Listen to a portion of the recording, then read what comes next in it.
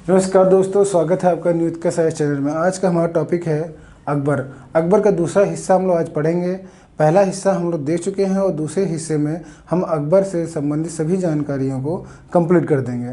तो पिछले वीडियो में बता चुका हूँ कि मुझे आज क्या क्या पढ़ाना है। ठीक है, तो आज चलिए देख लेते हैं। एक बार फिर से मैं बता देता हूँ हम किन किन चीज़ों को हम कवर करने वाले हैं। तो वो है हमारा विजय, दक्षिण की विजय है, देखेंगे दक्षिण की विजय, अकबर की दक्षिण की विजय के बारे में हम लोग देखेंगे। दूसरा हिस्सा है अकबर की राजपूताना नीति, देखेंगे नीति, और अकबर से समय में जो विद्रोह हुए उनको देखेंगे। और चौथा बिंदु है धार्मिक नीति। ठीक है, तो इन बिंदुओं को हम लोग आज डिस्कशन करने वाले हैं और इन चारों ही बिंदुओं से प्रश्न पूछे जाते हैं। ठीक है, इसीलिए इसे बहुत ध्यानपूर्वक सुनिएगा आप लोग और इसको चाहे तो नोट भी करिएगा। ठीक है, पिछला वीडियो जरूर देखिएगा क्योंकि वो शुरुआती हिस्सा है अकबर से संबंधित। हालांकि आज का हिस्सा भी अगर आप देखेंगे तो आपको चीज़ें समझ में आएंगी कि अकबर ने क्या क्या चीज़ें की थी। ठीक है, तो चलिए ये शुरू करते हैं। अकबर की दक्षिण की जो विजय है या दक्षिण की जो नीति है, तो देखेंगे जो दक्षिण विजय था अकबर का, अकबर ने वैसे तो काफ़ी युद्ध लड़े, ठीक है, और उन युद्धों के बाद अकबर ने दक्षिण की तरफ बढ़ना शुरू किया। तो दक्षिण की तरफ बढ़ना शुरू किया तो ये अकबर की किस नीति का हिस्सा था? तो वो थी साम्राज्यवादी नीति का हिस्सा। मतलब कि वो अपने साम्राज्य का विस्तार करना चाहता था, जो इसने लड़ाइयाँ लड़ी दक्षिण विजय के लिए। तो दक्षिण विजय में उसने 3 मुख्य क्षेत्रों को जीता। वो 3 मुख्य क्षेत्र कौन से थे ये आपको जानना जरूरी है। ठीक है, तो दक्षिण में आपके दिमाग में सवाल उठना चाहिए कि दक्षिण में उसने कौन कौन से क्षेत्र जीते।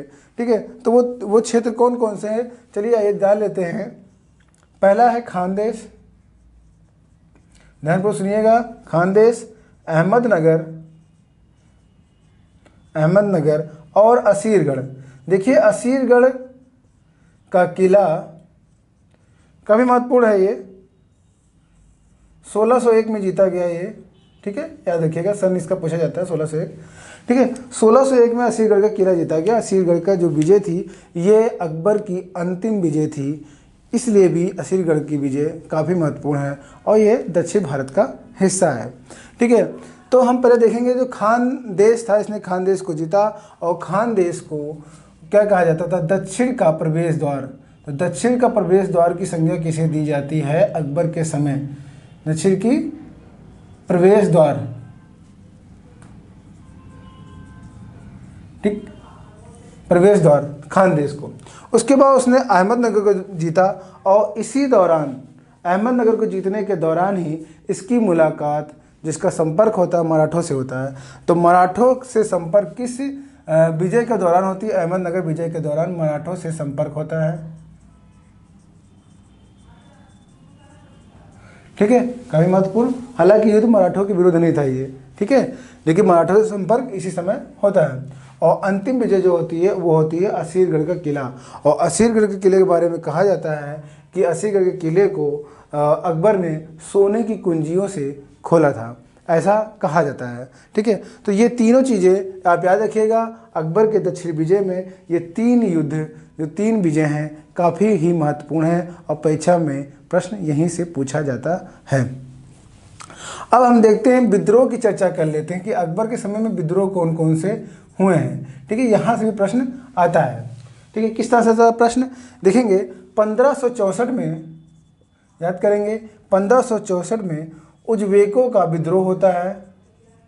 पुनः उज्बेकों का विद्रोह शुरू होता है। उज्बेक कौन थे इसकी चर्चा हम लोग कर चुके हैं। जब हम बाबर पढ़ रहे थे तब मैंने आपको बताया था, बाबर ने उज्बेकों से ही यह तुलगमा युद्ध नीति सीखी थी। तुलगमा युद्ध नीति जिसको इम्प्लीमेंट करता है, वो भारत पर जब अटैक करता है भारत को जीतने के लिए, वो तुलगमा युद्ध नीति को इम्प्लीमेंट करता है युद्ध के दौरान। और ये किससे सीखी थी? उज्बेकों से। और उज्बेकों का दोबारा विद्रोह होता है अकबर के शासन काल में। कब? 1564 में। अब देखते हैं 1586, पहला विद्रोह हो गया और ये अकबर के समय का, ये भी याद रखिएगा कि अकबर के समय का ये प्रथम विद्रोह था। अकबर के समय का प्रथम विद्रोह, याद रखिएगा अकबर के समय का प्रथम विद्रोह कौन सा था, तो उज्बेकों का विद्रोह था। इस तरह से प्रश्न आ सकता है। विद्रोह कई हो रहे हैं लेकिन उसमें महत्वपूर्ण क्या बन जाता है, जो प्रथम होता है या अंतिम जो होता है। इस तरह से कुछ चीज़ें होती हैं, हम लोग पढ़ते हैं इस तरीके से। 1586 में देखेंगे अफगानों के बलूचियों का विद्रोह होता है, मतलब बलूचियों का भी विद्रोह होता है। उतना महत्वपूर्ण नहीं है लेकिन याद कर लेंगे। और इसी अफगानों बलूचियों का जब विद्रोह होता है इसी दौरान, अब ये किस तरह से इंपॉर्टेंट बनेगा, ठीक है, जब बलूचियों का विद्रोह होता है तो इसी दौरान क्या होता है, बीरबल की मृत्यु हो जाती है। बीरबल यानी महेश दास, ठीक है, बीरबल यानी महेश दास की मृत्यु हो जाती है। ठीक, याद करिएगा किस समय बीरबल की मृत्यु होती है, तो वो अफगानों के बलूचियों के विद्रोह के दौरान। अब 1599 का जो विद्रोह है ये महत्वपूर्ण हो जाता है। क्यों? क्योंकि अकबर के पुत्र सलीम ने ही यहाँ पर विद्रोह कर दिया था पुर्तगालियों के साथ मिलकर। किसके साथ मिलकर? पुर्तगालियों के साथ मिलकर अकबर के पुत्र सलीम ने विद्रोह कर दिया था और इलाहाबाद में अपने आप को स्वतंत्र घोषित कर दिया था। किसको स्वतंत्र कर दिया? अपने आप को स्वतंत्र घोषित कर दिया था और उसने अबुल फजल की हत्या करवा दी थी। किससे? बुंदेलों के मदद से। बुंदेलों की मदद से उसने अबुल फजल की हत्या करवा दी थी। अबुल फजल की हत्या करवा दी थी, ये काफ़ी इम्पोर्टेंट है। तो सलीम द्वारा जो विद्रोह किया गया वो 1599 में किया गया। इम्पोर्टेंट, ठीक है। तो किसके साथ मिलकर किया था? पुर्तगालियों के साथ मिलकर किया था। अब आगे देखते हैं, इसी विद्रोह में ही देख लेते हैं। 1576 में चले जाते हैं, थोड़ा पीछे चले जाते हैं। हल्दी घाटी का युद्ध होता है और हल्दी घाटी के युद्ध में आप जानते हैं फिर बड़ा फेमस युद्ध है हल्दी घाटी का युद्ध। हल्दी घाटी कहाँ है? राजस्थान में। और हल्दी घाटी का युद्ध जो होता है महाराणा प्रताप और अकबर के मध्य होता है। महाराणा प्रताप और अकबर के मध्य होता है, जिसमें अकबर विजयी होता है। उसके बाद ही महाराणा प्रताप जो होते हैं युद्ध को जारी रखते हैं, गोरिल्ला युद्ध पद्धति का इस्तेमाल करते रहते हैं मुगलों के खिलाफ, ठीक है। तो हल्दी घाटी का युद्ध जो होता है वो कब लड़ा जाता है, तो ये इंपॉर्टेंट है 1576 में। ये सन इंपॉर्टेंट है और किसके किसके मध्य लड़ा गया ये इंपॉर्टेंट है। हल्दी घाटी कहाँ है, तो वो राजस्थान में है, ठीक है।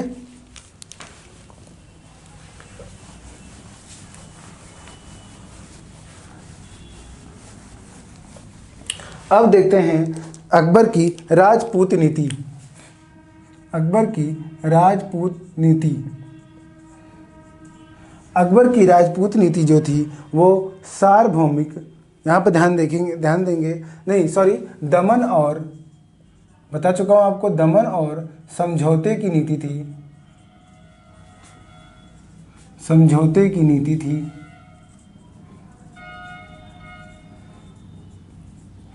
ये दमन और समझौते की नीति राजपूत की थी और सार्वभौमिक, ठीक है, सहिष्णुता की नीति। सहिष्णुता किसके लिए शब्द का इस्तेमाल किया जाता है, तो धर्म के लिए इस्तेमाल किया जाता है। धार्मिक सहिष्णु व्यक्ति है, मतलब कि सभी धर्मों को सम्मान देने वाला व्यक्ति, ठीक है। तो सार्वभौमिक रूप से सहिष्णु कौन था, तो वो अकबर था। किसके प्रति? धर्म को लेकर था, तो धार्मिक नीति का हिस्सा था उसके। लेकिन यहाँ दमन और समझौते की नीति किसके लिए अप्लाई किया था उसने? राजपूत नीति के अंतर्गत उसने इम्प्लीमेंट किया था, ठीक है। ये चीज़ याद रखेंगे। और इसी समझौते की नीति और दमन की नीति के अंतर्गत ही वो चाहता था कि वह राजपूतों से अपने संबंध को सुधार कर रखे। इसी के चलते उसने, अब देखेंगे, इसी के चलते उसने काफ़ी महत्वपूर्ण कार्य किया। क्या काम किया? 1563 में और 1564 में। अब देखिए दो सन काफ़ी इंपॉर्टेंट है, 1563 और 1564, ये दोनों ही सन आपको याद रखना है, मिलाने के लिए प्रश्न आता है। 1563 में तीर्थ यात्रा कर और 1564 में जजिया कर,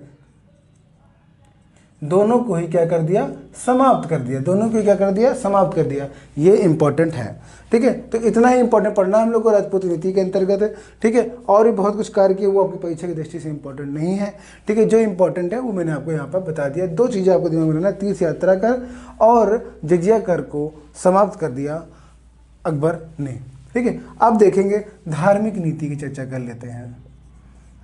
और धार्मिक नीति में मैंने बताया आपको सार्वभौमिक सार्वभौमिक सार्वभौमिक सहिष्णुता की नीति। धर्म के प्रति मतलब सभी धर्मों को सम्मान देने के लिए, सभी धर्म को एक नज़रों से देखने के लिए सार्वभौमिक सहिष्णुता की नीति अपनाई। इसी नीति के अंतर्गत सुलह कुल की नीति भी आती है। सुलह कुल की नीति, तो सुलह कुल की नीति का मतलब भी वही है कि सभी धर्मों को सम्मान देना। इस नीति को लेकर, ये नीति इसके दिमाग में कहाँ से आती है, कैसे इसके अंदर आता है, तो ये जो देखना पड़ेगा कि जो सबसे ज़्यादा प्रभाव था अकबर के ऊपर वो सूफी मत का प्रभाव था। किसका प्रभाव था? सूफी मत का प्रभाव था। और उसके साथ साथ इसके शिक्षक थे, शिक्षक का क्या नाम था? तो वो नाम था अब्दुल लतीफ़। तो ये नाम याद रखिएगा, अब्दुल लतीफ़। इनका प्रभाव अकबर के ऊपर ज़्यादा था, ठीक है। और सूफी विचारधारा का प्रभाव भी इनके ऊपर देखा जाए, और सूफी विचारधारा काफ़ी क्या है, लिबरल है, ठीक है। और नेक्स्ट बिंदु क्या है हमारा कि इसने इसके अंतर्गत धार्मिक नीति के अंतर्गत क्या क्या चीज़ें की, धार्मिक नीति के अंतर्गत क्या क्या चीज़ें की, ये चीज़ देखना है हमको। ये तो इसकी नीतियाँ थी और इसका प्रभाव हमने देख लिया कि अकबर के ऊपर क्या प्रभाव पड़ रहा था, किसका प्रभाव पड़ रहा था और किस चीज़ को लेकर प्रभाव पड़ रहा था, ये चीज़ हम यहाँ पर समझ गए, ठीक है। अब्दुल लतीफ़ का नाम जरूर याद रखिएगा। अब्दुल लतीफ़ इसके शिक्षक थे जिसका प्रभाव अकबर के ऊपर अधिक था। अब काम क्या किए धार्मिक नीति के अंतर्गत, ये देखना है। उसने दार्शनिक, ध्यान देंगे, दार्शनिक एवं धर्मशास्त्रियों शास्त्रीय याद रखेंगे, धर्मशास्त्रीय विषयों पर चर्चा करने के लिए, बहुत इंपॉर्टेंट है, दार्शनिक और धर्मशास्त्रीय विषयों पर चर्चा करने के लिए एक इबादत खाने का निर्माण करवाया। कब? 1575 में। ये सन याद रखिएगा, 1575 में। अब देखते हैं यहाँ पर 1563, 1564 में तीर्थ यात्रा कर और 64 में जजिया कर और इबादत खाने का निर्माण 1575 में करता है। लेकिन क्यों करता है? दार्शनिक एवं धर्मशास्त्रीय विषयों पर चर्चा करने के लिए, वाद विवाद करने के लिए। परंतु अब यहाँ एक चीज़ और देख लेंगे कि इबादत खाने का निर्माण कहाँ किया गया? फतेहपुर सीकरी में। फतेहपुर सीकरी का निर्माण करवाया था अकबर ने, ठीक है, गुजरात विजय के उपलक्ष्य में, ठीक है, याद रखेंगे, ठीक है। इबादत खाने का निर्माण ठीक है 1575 में किया। किस लिए किया? दार्शनिक और धर्मशास्त्रीय विषयों पर करें। परंतु काफ़ी वहाँ पर जो था वो इस्लामिक विचारधारा के लिए बहुत ज़्यादा ही वो गढ़ बन गया वहाँ पर विचारधारा के लिए, और जिसके चलते वहाँ पर काफ़ी चीज़ें क्या होती थी, विवाद की बात जो कहेंगे वो विवाद का कारण बनने लगी थी। इससे परेशान होकर अकबर ने क्या किया, इबादत खाने को क्या कर दिया, बदल दिया धर्म संसद में।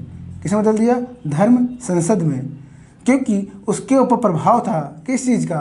देखेंगे, अब्दुल लतीफ़ सूफीवाद का और सार्वभौमिक सहिष्णुता विचारधारा को अपनाना चाहता था वो। इसीलिए उसने इबादत खाने का कन्वर्जन धर्म संसद में कर दिया, जिससे वहाँ पर सभी धर्मों के लोग इकट्ठा होने लगे और वाद विवाद करने लगे। सब अपने विचारों को क्या करने लगे, आदान प्रदान करने लगे, जिससे क्या हुआ कि उसकी सुलह कुल की नीति क्या होने, सफलता की ओर बढ़ने लगी, ठीक है। और कब किया ये भी याद रखेंगे, 1578 में, ठीक है। 1575 और 3 साल बाद 1578 में धर्म संसद बना दी गई। और धर्म संसद थी क्या? एक्चुअल में इबादत खाने का कन्वर्जन था। किसका था? इबादत खाने का कन्वर्जन था, ठीक है। अब आते हैं इसके आगे, देख लेते हैं क्या क्या चीज़ें हुई हैं।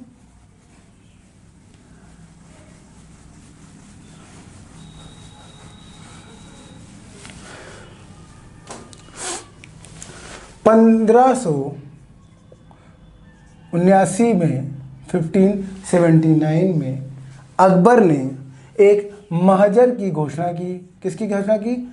महजर, यानी एक घोषणा पत्र था क्या था, एक तरह का ये घोषणा पत्र था। इसको जारी किया, महाजर की घोषणा करता है, इसको जारी करता है। किस लिए जारी करता है ये महाजर को?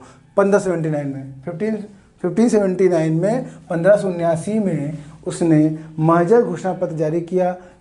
किस लिए जारी किया? तो ये इम्पोर्टेंट है। महाजर को उसने इसे जारी किया कि धार्मिक मामलों जितने भी धार्मिक मामले थे उसको अपने हाथ में रखने के लिए, मतलब धार्मिक मामलों में उलेमाओं का प्रभाव को कम करने के लिए, उनके विरोध को कम करने के लिए उसने 1579 में महाजर की घोषणा की। एक घोषणा पत्र था एक तरह का। और किस लिए कि धार्मिक मामलों को अपने हाथ में रखने के लिए। उसके बाद आते हैं 1582 में उसने एक नए धर्म का प्रवर्तन किया, एक नए धर्म को लेके आया और उस धर्म का नाम क्या था? दीन ए इलाही। ध्यान देंगे, दीन ए इलाही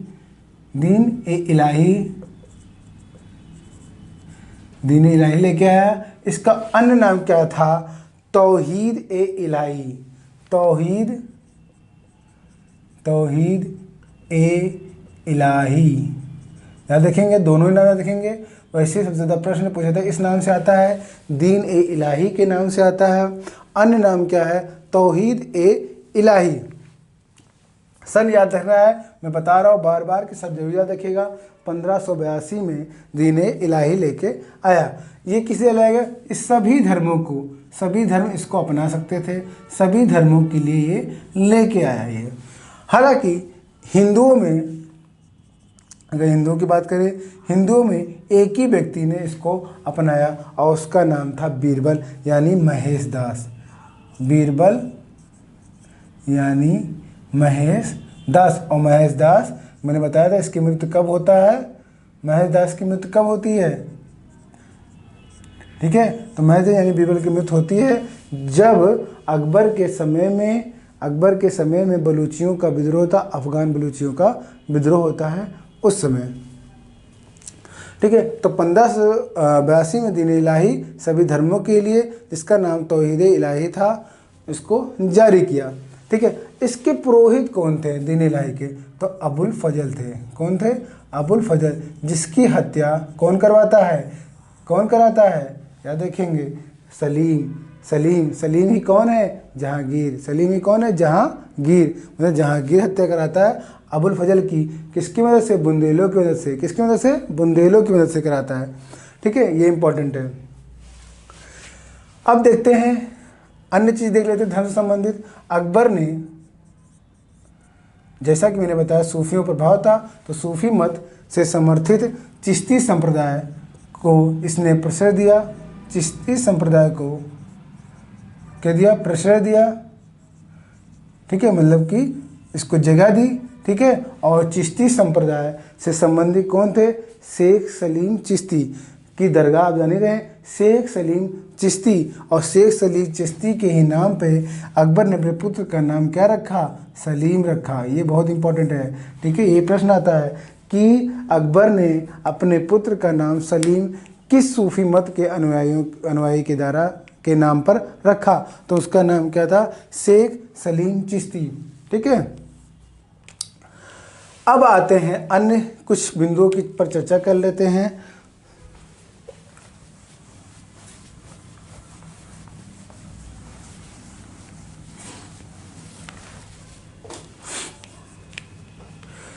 अगर अकबर की बात करें तो अकबर सबसे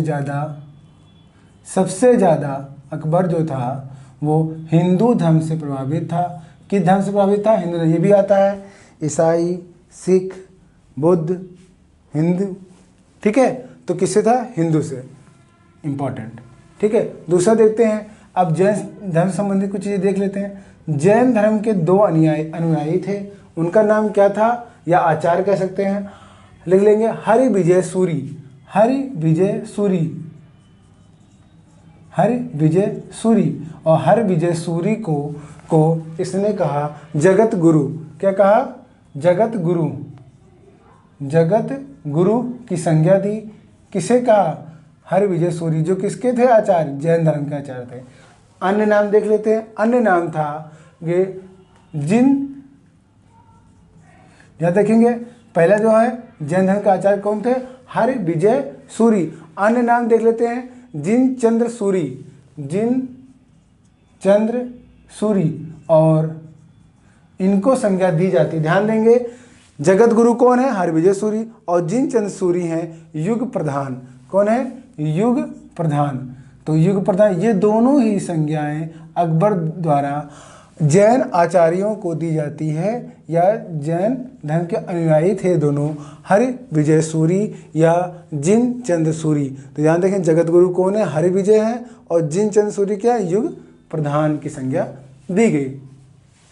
अकबर ने पारसी धर्म से, ध्यान देंगे पारसी धर्म से झरोखा दर्शन, झरोखा दर्शन बहुत इंपॉर्टेंट है, झरोखा दर्शन, तुलादान, तुलादान और पाय बोस, और पाय बोस जैसी परंपराओं का अनुसरण किया, उसको अपने साम्राज्य में जगह दी। ठीक है, पारसी धर्म से इसने क्या किया? कौन कौन सी परंपराएं ली? झरोखा दर्शन, तुलादान और पाय बोस। ठीक है, इंपॉर्टेंट है। अब सिख धर्म चीज देख लेते हैं। सिख धर्म, इसकी देखिए सार्वभौमिक सहिष्णुता का परिचय किस प्रकार से मिल रहा है। ठीक है, तो देखेंगे अमरदास जो थे, सिख गुरु थे अमरदास, अमरदास से ये मुलाकात करता है। मुलाकात करने के बाद उसकी बेटी के नाम काफ़ी गांव जो थे, काफ़ी संख्या में गांव दान में देता है अकबर। अमरदास को गांव दान में देता है। क्या देता है? गांव दान में देता है। ठीक है, अन्य गुरु थे रामदास, अन्य गुरु थे रामदास, और रामदास को वह 500 बीघा जमीन, कितनी? 500 बीघा जमीन दान में देता है, और इसी 500 बीघा जमीन पे ही अमृतसर नगर, अमृतसर नगर और स्वर्ण मंदिर का निर्माण किया गया है। स्वर्ण मंदिर का निर्माण किया गया है, काफी महत्वपूर्ण है। ठीक है, देखेंगे अब देख लेते हैं कि अकबर ने किन किन कुप्रथाओं पर, ठीक है, या बुरी नीतियों पर रोक लगाई थी।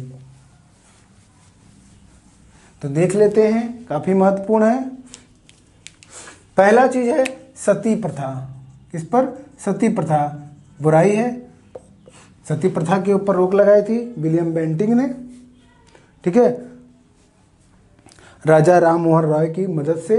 ठीक है, सती प्रथा देखेंगे तो ये तो बात की बात है, आधुनिक काल की बात है, मगर हम मिडिल पढ़ रहे हैं, मिडिल भारत पढ़ रहे हैं, तो मध्य भारत में, मध्य भारत इतिहास की जो हम चर्चा कर रहे हैं, तो अकबर ने सती प्रथा पर रोक लगाई। ठीक है, दूसरा इंपॉर्टेंट बिंदु है, इसने क्या किया? शराब बिक्री पर रोक लगाई, और महत्वपूर्ण एक काम और भी किया इसने कि इसने विधवा विवाह को, विधवा विवाह को कानूनी मान्यता प्रदान की, कानूनी मान्यता प्रदान की। तो देख रहे हैं काफ़ी महत्वपूर्ण काम किया इसने। सती प्रथा पर रोक लगाई, शराब बिक्री पर रोक लगाई, विधवा विवाह कानूनी मान्यता, विधवा विवाह को कानूनी मान्यता प्रदान की।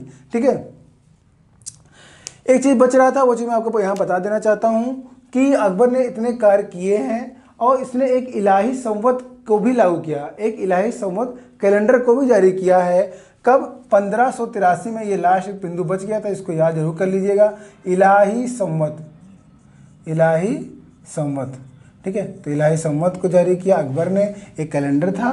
ठीक है, अकबर द्वारा 1583 में। यहाँ इंपॉर्टेंट क्या है? सन, सन जरूर याद रखिएगा आप लोग।